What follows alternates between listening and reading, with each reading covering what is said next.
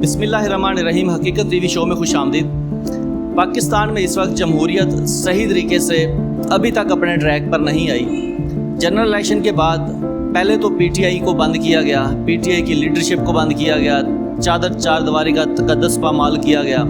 उनके कैंडिडेट्स को यरगमाल बनाया गया, कईयों को तो पार्टी से अलहदा किया गया, पार्टी छुड़वाई गई, फिर उनके बाद उनका बल्ले का निशान लिया गया। बल्ले के निशान लेने के बाद जो बची पार्टी थी उनमें से भी कई सारे लीडरान को नाअहल करवाया गया। इस तरह चलते चलते अभी तक पाकिस्तान में तहरीक इंसाफ के लिए घेरा बहुत तंग है।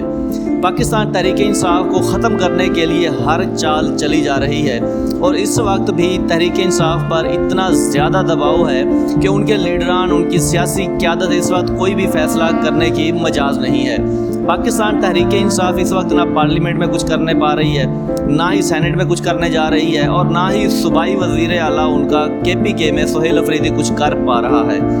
ये तो तहरीक इंसाफ की इस वक्त बेबसी की कैफियत है। पाकिस्तान तहरीक इंसाफ के साथ हर किस्म का जुल्म सितम करने के बाद भी जब इनके दिल नहीं भरे, इनको अभी तक पाकिस्तान तहरीक इंसाफ की क़यादत पर किसी किस्म का कोई तरस नहीं आ रहा,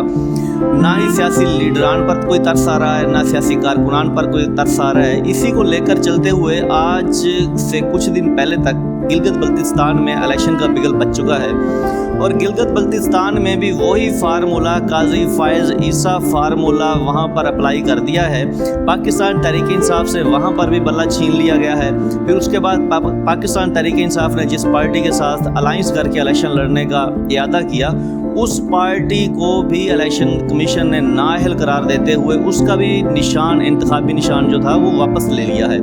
इस तरह पाकिस्तान तहरीक इंसाफ को बहुत बड़ा धचका लगा है गिलगित बल्तिस्तान में, क्योंकि गिलगित बल्तिस्तान में भी इस वक्त तहरीक इंसाफ जो इलेक्शन लड़ने जा रही है वो वही जनरल इलेक्शन होगा जो उन्होंने गाजर, मूली, बैंगन, कद्दू इस तरह लड़ा था। अब वही निशानात उनको गिलगित बल्तिस्तान में अलाट किए जाएंगे और पाकिस्तान तहरीक इंसाफ के कैंडिडेट्स जो हैं वो आज़ाद उम्मीदवार तस्वर होंगे। और फिर जब सूरत हाल तो तब कशीदा होगी नाज़रीन, जब इलेक्शन जीतने के बाद तहरीक इंसाफ के जो कैंडिडेट सामने आएंगे MPs बन के, रुकने पार्लियामेंट बन के, क्या वो अपने आप को आज़ाद कैंडिडेट की हद तक अपने आप को बचा पाएंगे प्रेशर के साथ? क्योंकि जो प्रेशर होगा वो तो आप सब लोग जानते हैं कि पाकिस्तान तहरीक इंसाफ के पहले भी सियासी कायदीन कैसे कैसे पाकिस्तान तहरीक इंसाफ को छोड़ कर गए हैं। तो जब अब भी गिलगित बल्तिस्तान में ये लोग आज़ाद हैसियत से उम्मीदवार जीत कर आएंगे तो क्या कल को वो पाकिस्तान तहरीक इंसाफ में ही रहेंगे या फिर किसी और को प्यारे हो जाएंगे?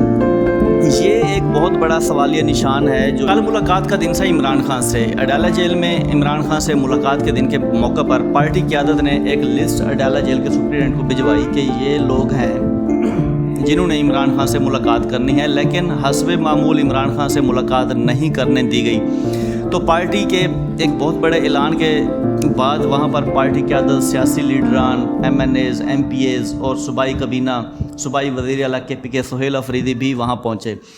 सूरत हाल तब कशीदा हुई जब सुहेल अफरीदी वज़ीर आला KPK वहाँ पहुँचे तो कारकुनान ने उनको आड़े हाथों लिया और शदीद तनकीद का निशाना बनाया। सुहेल अफरीदी तब इंतहाई बेबस नज़र आ रहे थे और कारकुनान के किसी भी सवाल का उन्होंने जवाब नहीं दिया। सुहेल अफरीदी की बेबसी को देखते हुए अलीमा खानम आगे आईं,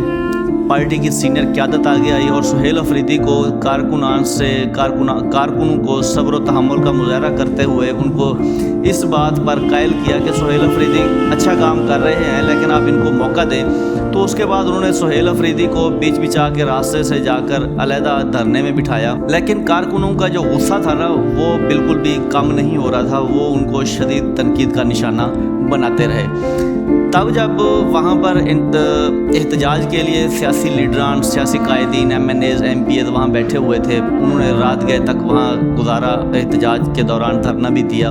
लेकिन कोई खातर खा रिजल्ट नहीं निकला और वहाँ पे रात गए उन्होंने ये धरना ख़त्म करके अपने अपने घरों को लौट आए। इस सारी डेवलपमेंट के बाद जो हुकूमती कुछ मीडिया के अनासर ऐसे हैं जो वक्तन फ़वक्तन ऐसी खबरें फैलाते रहते हैं जिसकी वजह से पाकिस्तान तहरीक इंसाफ के कारकुनों का जो मोराल है वो डाउन होना शुरू हो जाता है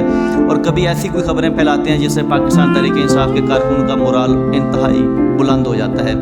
اب بھی کچھ لوگ ایسے مارکیٹ میں پھینکے گئے ہیں، میڈیا مارکیٹ میں، جو یہ خبریں پھیلا رہے ہیں کہ عمران خان کی جلد رہائی ہونے والی ہے، پاکستان تحریک انصاف کی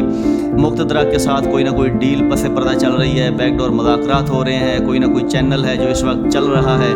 جس کے بعد عمران خان بہت جلد باہر آ جائیں گے، ان کی ڈیل ہو رہی ہے، وہ ان کی رہائی بہت قریب ہے، رہا ہونے کے بعد وہ باہر نکلیں گے۔ رہائی کے بعد جو ہی عمران خان باہر آئیں گے وہ پارٹی کو خود سنبھالیں گے، اور اس سب کے بیچ پاکستان تحریک انصاف کی قیادت میں، سیاسی لیڈران میں اس وقت شدید کشیدگی بھی چل رہی ہے۔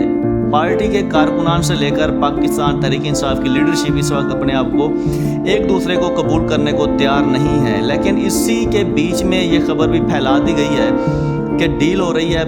بیک ڈور مذاکرات چل رہے ہیں، عمران خان بہت جلد باہر آ جائیں گے۔ اور اس سے بھی بڑی خبر یہ ہے کہ صدر آصف علی زرداری کا استعفیٰ لے لیا جائے گا، ان کے استعفے کے بعد کسی اور کو صدر پاکستان بنایا جائے گا، اور پاکستان پیپلز پارٹی اور پاکستان تحریک انصاف مل کر ڈیل کے نتیجے میں اپنا وزیر اعظم لائیں گے، اور وہ وزیر اعظم اسد قیصر ہوگا۔ کیونکہ جو خبریں پھیلانے والے لوگ ہیں، جو عناصر ہیں، وہ یہ خبر پھیلا رہے ہیں کہ پاکستان تحریک انصاف اور پاکستان پیپلز پارٹی میں مقتدرہ کے ساتھ یہ ڈیل فائنل ہو گئی ہے کہ عمران خان کو فی الحال انتخابی سیاست سے آؤٹ رکھا جائے گا، ان کو خاموش رہنا ہوگا، وہ باہر بیٹھے رہیں گے لیکن سامنے نہیں آئیں گے۔ اسی ڈیل کے نتیجے میں اسد قیصر کو وزیر اعظم بنایا جائے گا، اس میں عمران خان کو سامنے نہیں لایا جائے گا، اور صدر پاکستان کے لیے بھی پاکستان تحریک انصاف اور پاکستان پیپلز پارٹی